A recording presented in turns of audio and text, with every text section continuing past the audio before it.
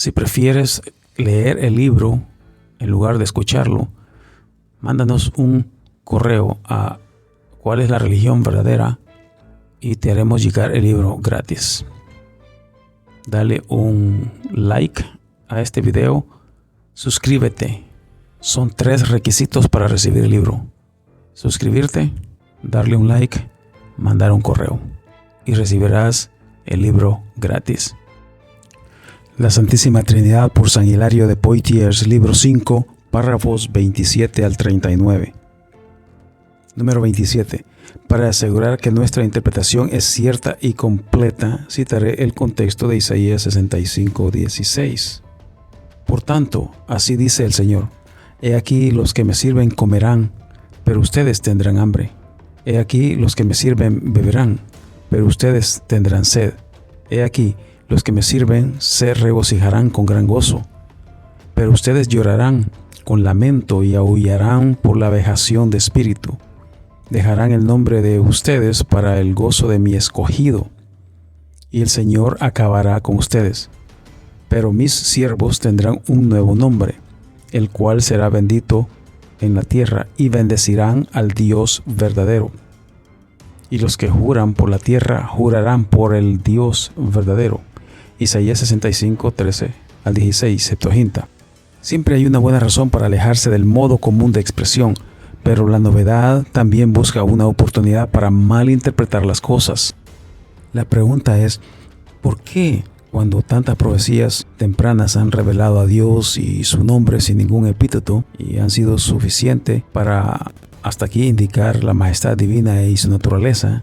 Pregunto entonces, ¿por qué el espíritu de la profecía debe ahora predicar que el verdadero Dios debe ser bendecido y que los hombres que juran en la tierra lo harán por el Dios verdadero?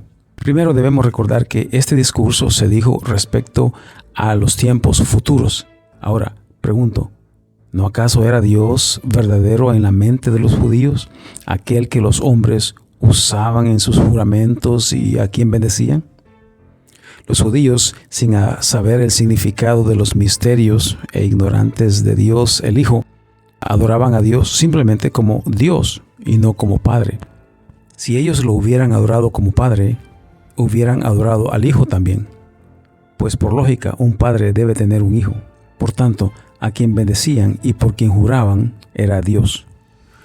Pero el profeta testifica que el Dios verdadero será bendecido llamándolo Dios verdadero de ahora en adelante. Pero el profeta testifica que el Dios verdadero será bendecido llamándolo Dios verdadero de ahora en adelante, porque el misterio de su encarnación podía cegar los ojos de algunos para no creer su verdadera divinidad. Cuando la falsedad iba a ser publicada por todos lados, fue necesario que la verdad se mantuviera sólida e inmovible como hasta ahora. Revisemos este pasaje cláusula por cláusula. Número 28. Así dice el Señor: He aquí los que me sirven comerán, pero ustedes tendrán hambre. Ellos beberán, pero ustedes tendrán sed. Noten que una cláusula contiene 2 tiempos verbales distintos para enseñarnos la verdad respecto a 2 diferentes tiempos. La piedad presente es premiada como algo futuro, y de igual manera, la falta de temor a Dios sufrirá la pena de la sed y el hambre futuros. Y de igual manera, la falta de temor a Dios sufrirá la pena de la sed y el hambre futuros. Luego agrega: He aquí, los que me sirven se regocijarán con grande gozo, pero ustedes llorarán con lamento y aullarán por la vejación de espíritu. Otra vez aquí, como antes, hay una revelación para el futuro y para el presente. Luego dice: ustedes dejarán el nombre de ustedes para mi escogido, pero el Señor acabará con ustedes. Estas palabras tratan de algo futuro para Israel carnal que queda burlado al someter su nombre al escogido de Dios. ¿Cuál es este nombre? Claramente es Israel, porque esta profecía fue dirigida a Israel. Ahora pregunto, ¿qué es Israel ahora? El apóstol da la respuesta: pues los que son en espíritu, no en la letra, esos son el Israel de Dios. Romanos 2:29. Los que caminan en la ley de Cristo. son el Israel de Dios. Gálatas 6:2. Número 29. Incluso más. Debemos formar una conclusión de por qué a las palabras citadas arriba, así dice el Señor, le siguen, pero el Señor acabará con ustedes. El significado de la siguiente oración: y mis siervos serán llamados con un nombre nuevo que será bendito en toda la tierra. No hay duda que las primeras dos oraciones prueban que el Señor habló y prometió destruirlos y prometió ese nombre nuevo a sus siervos. Y fue Él quien habló por los profetas e iba a ser el juez de justos e injustos. De esta manera, el resto de la revelación del misterio del Evangelio prueba que el Señor es vocero y matador. Continúa: pero mis siervos serán llamados con un nombre nuevo que será bendito sobre la tierra. Hasta aquí todo es futuro. ¿Cuál es este nombre nuevo de religión? Si en tiempos pasados hubiera existido alguna bendición para el nombre cristiano, no sería un nombre nuevo. Pero si este nombre santo de nuestra devoción a Dios es nuevo, entonces este título nuevo de cristiano es la bendición celestial, que es nuestra bendición sobre la tierra. Número 30. Así, esta profecía, tomada en su contexto, claramente describe como Dios a quien servimos por causa de su nombre y a aquel por quien ese nuevo nombre es bendecido en la tierra. Nos dice quién es bendecido como verdadero Dios y quién es revelado como Dios verdadero. Esta es la confesión de fe en el cumplimiento del tiempo, hecha por la Iglesia en lealtad a Cristo su Señor.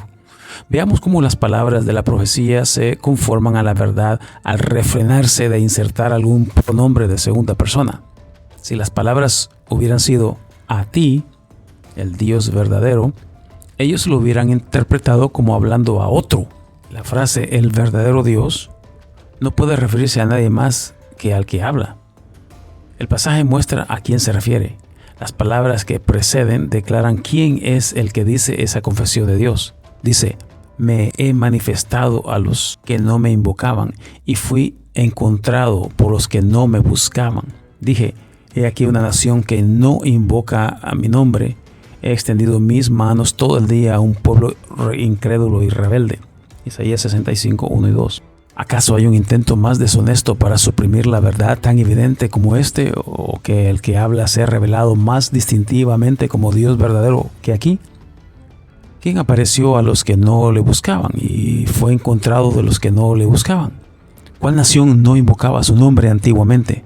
¿Quién es el que extiende sus manos todo el día a un pueblo incrédulo y rebelde?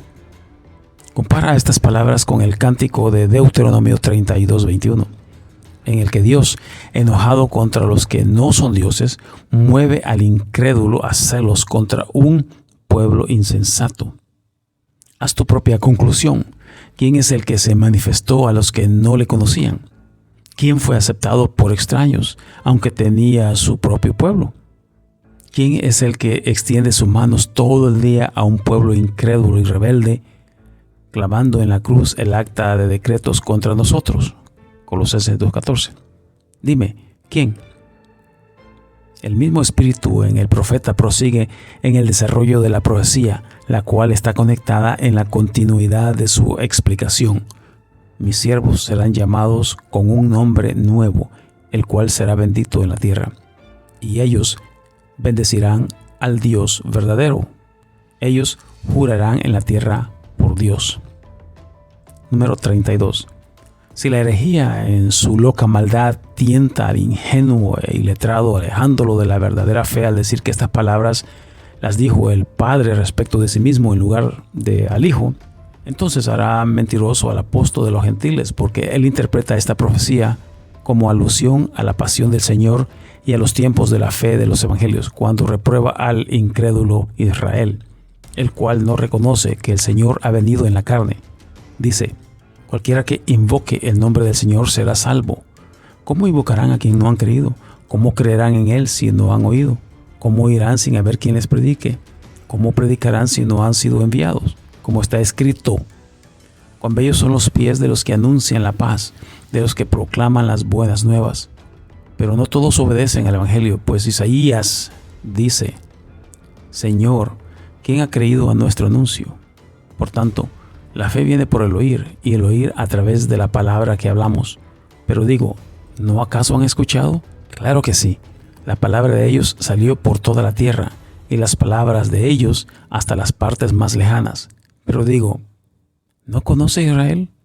Primero, Moisés dice, los provocaré a celos con una nación que no son pueblo, y con una nación insensata los provocaré a ira. ¿Qué dice Isaías? Todo el día he extendido mis manos a un pueblo incrédulo. Romanos 10, 13 al 21. ¿Quién eres tú? ¿Has surcado hasta los cielos, consciente de haber subido en el cuerpo o fuera del cuerpo, y puedes explicar más fielmente las cosas que el mismo profeta? ¿Quién eres que has oído los inefables misterios de las cosas secretas del tercer cielo sin poder describirlas, y que has proclamado con mayor certeza el conocimiento dado por Dios?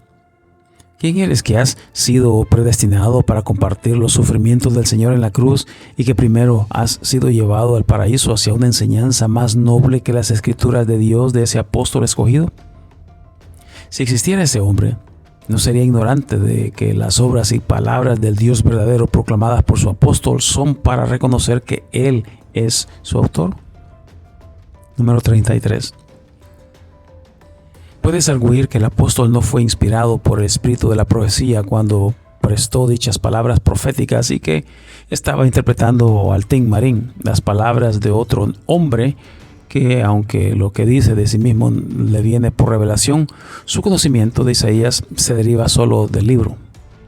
Respondo que en el principio de esa declaración, donde dice que los siervos de Dios verdadero lo bendecirán y jurarán por él, leemos la adoración del profeta. Desde la eternidad no hemos oído ni visto a Dios excepto en ti y tus obras que harás por aquellos que esperan misericordia. Isaías 64, 4, Septuaginta. Isaías dice que no ha visto a ningún Dios sino a Dios, porque ve la gloria del Dios unigénito, de quien predijo tomaría carne de la Virgen. Si en tu herejía no sabes que fue Dios el unigénito a quien miró el profeta en esa gloria, escucha al evangelista Juan. Estas cosas dijo Isaías cuando vio su gloria y habló de él. Juan 12:41. El apóstol, el evangelista y el profeta ponen en silencio tu objeción. Isaías miró a Dios, aunque está escrito que nadie ha visto jamás a Dios. El unigénito Hijo que está en el seno del Padre, Él lo ha declarado. Juan 1:18. El profeta miró a Dios y a su gloria, y los hombres tuvieron envidia por el honor concedido a tan gran profeta. Por esta razón, los judíos pusieron sentencia de muerte sobre él. Número 34. De esta manera, el unigénito Hijo nos declara de Dios el Padre, a quien nadie ha visto. Tienes dos opciones: haz nula la prueba que el Hijo revela al Padre, o cree por las palabras suyas en el que nadie ha visto. Él apareció a los que no le conocían y llegó a ser el Dios de los gentiles que no le buscaban, aunque extendió las manos todo el día a un pueblo rebelde. Cree esto respecto de él, que sus siervos reciben un nombre nuevo y que le bendicen y juran por él como el verdadero Dios. La profecía nos dice eso. El Evangelio lo confirma, el apóstol lo explica, la iglesia lo confiesa, que el que fue visto es verdadero Dios y que nadie dice que Dios el Padre fue visto. Sin embargo, la maldad de la herejía ha llegado a tanto que mientras profesan reconocerle esta verdad, realmente la niegan. La niegan por esa novedosa y atea manera de evadir la verdad, mientras hacen una pretensión estudiosa de adhesión. Pues cuando confiesan a un Dios solitario, verdadero, justo, incambiable, inmortal y solo el poderoso, le juntan un hijo de diferente naturaleza y sustancia, no nacido de Dios, sino adoptado a través de un proceso especial de creación que usa el nombre Dios, pero sin tener la naturaleza divina. De esta manera privan al Hijo de todos esos atributos que acumulan solo para el Padre en su majestad solitaria. Número 35. La mente torcida de la herejía es incapaz de conocer y confesar uno al Dios verdadero. La fe sólida y la razón necesaria para tal confesión son incompatibles con la incredulidad. Debemos confesar al Padre y al Hijo antes que podamos entender a Dios como uno y verdadero. Cuando conozcamos los misterios de la salvación del hombre y la logremos por el poder de la regeneración para vida en el Padre y el Hijo, entonces podremos tener esperanza de penetrar los misterios de la verdad y los profetas. La enseñanza de los evangelistas y apóstoles, en ignorancia sin el temor de Dios, no puede comprender el pensamiento del Dios que es uno. Desde la enseñanza de ellos presentaremos la doctrina sólida de Él, en consonancia con la fe de los verdaderos creyentes. La presentaremos de tal manera que el unigénito, quien es de la misma sustancia del Padre, será indivisible e inseparable en su naturaleza, no en personas. Presentaremos a Dios uno porque Dios viene de la naturaleza de Dios. Estableceremos la unidad perfecta de Dios por las palabras de los profetas y veremos que son el fundamento de la estructura de los evangelios. Y comprobaremos que hay un solo Dios de una misma sustancia divina y que el unigénito no es una clase aparte como un Dios de segunda categoría. Hemos tratado de seguir esta secuencia desde el libro anterior con el mismo método. Confío que nuestra explicación ha dado suficientes pruebas para apreciar al Hijo como Dios verdadero y comprobado su deidad. El resto del libro presentará las pruebas de que Él no debe ser entendido como un Dios de segunda categoría o un segundo Dios. La noción de un segundo Dios será destruida por la prueba de la unidad. Y esta verdad no será inconsistente con la existencia del Hijo, mientras mantendrá la unidad de naturaleza en Dios y en Dios. Número 36. Nuestro método requiere que comencemos con Moisés, pues por él primero se nos reveló Dios el unigénito, cuando dice: mira que yo soy y no hay Dios aparte de mí. Deuteronomio 32:39. La herejía no debe usar esas palabras para describir a Dios el Padre. Es claro el sentido por la evidencia del apóstol que indicó que Dios el unigénito lo pronunció. El apóstol usa también las palabras: regocíjense ustedes naciones con su pueblo. Deuteronomio 32:43, Romanos 15:10. Es decir, con el pueblo del Hijo. Y para comprobarlo dice: y habrá una raíz a Isaí, uno que se levantará para gobernar a las naciones, y las naciones confiarán en él. Isaías 11:12, Romanos 15:12. Moisés, con las palabras regocíjense naciones con su pueblo, hace referencia al que dice: no hay Dios aparte de mí. El apóstol usa las mismas palabras para referirse a Jesucristo, el Dios unigénito, quien se levantó rey de la raíz de Isaí según la carne, en quien descansa la esperanza de los gentiles. Por tanto, debemos considerar el significado de esas palabras para que conozcamos que fueron dichas por Él y para que aseguremos el sentido que se les dio. Número 37. Esta doctrina verdadera y perfecta que forma nuestra fe es la confesión de Dios y Dios en Dios, no por procesos corporales, sino por el poder divino, no por transfusión de naturaleza en naturaleza, sino por el secreto y el poderoso obrar de una sola naturaleza. Dios de Dios, no por división o extensión o emanación, sino por la operación de una naturaleza que trae a existencia por medio del nacimiento. Una naturaleza una consigo misma. Los hechos recibirán una explicación más completa en el siguiente libro, el cual dará una exposición de los evangelistas y apóstoles. Al presente, debemos mantener nuestra aserción y fe por el testimonio de la ley y los profetas. La naturaleza con la que nace Dios es necesariamente la misma de su fuente. No puede venir a existencia sino como Dios, pues su origen es Dios. Su naturaleza es la misma, no en el sentido que algunos dan, que el que engendra haya sido también el engendrado, pues el no engendrado también, habiendo sido engendrado, sería el mismo, pues la sustancia del engendrado consistiría de todos los elementos que suman la sustancia del que engendra, el cual sería su único origen. De esta manera no habría causa externa de su origen, pues no puede venir a existencia sino como Dios, pues su origen es de Dios. Su naturaleza es la misma, no en el sentido que algunos dan, que el que engendra haya sido también el engendrado, pues el no engendrado, habiendo sido engendrado, sería él mismo, pues la sustancia del engendrado consistiría de todos los elementos que suman la sustancia del que engendra, el cual sería su único origen. De esta manera, no habría causa externa de su origen, pues el uno y su existencia compartirían la unidad. No hay algún elemento nuevo en él, porque su vida nace en el viviente. Tampoco habría algún elemento ausente, porque el viviente engendró a aquel que comparte su propia vida. De aquí, en la generación del Hijo, el incorpóreo, el incambiable Dios engendra, de acuerdo a su propia naturaleza, a Dios incorpóreo e incambiable. Este nacimiento perfecto de Dios incorpóreo e incambiable, de Dios incorpóreo e incambiable, no envuelve, como vemos en la revelación de Dios, alguna disminución de la sustancia del que engendra. Por tanto, Dios el unigénito da testimonio por el santo Moisés diciendo: miren que yo soy y no hay Dios aparte de mí. No hay, repito, no hay ninguna segunda diferente divinidad, y por tanto no puede haber Dios aparte de él, pues es Dios. Sin embargo, al mismo tiempo, por el poder de su naturaleza, Dios está también en él. Y porque Él es Dios y Dios está en Él, no hay Dios aparte de Él. Dios está en Él y consecuentemente en Él está su propia existencia y el autor de esa existencia. Número 38. Esta fe salvadora que profesamos se sostiene por el espíritu de la profecía, la cual habla al unísono con muchas bocas a pesar de los tiempos cambiantes, nunca con testimonios inciertos. Por tanto, las palabras que Dios el unigénito dijo por medio de Moisés se confirman para nuestra mejor instrucción por el espíritu profético, hablándolo y confirmándolo a través de los hombres de estatura, es decir, dignos y santos. Dios está en ti y no hay Dios aparte de ti.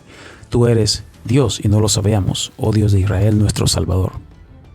Muéstrense ahora ustedes herejes con sus esfuerzos y soplos de ahogados contra la verdad de un solo nombre y una sola naturaleza unida e inseparable, y rásguenla en harapos si pueden, porque esta unión es perfecta en título y en hecho.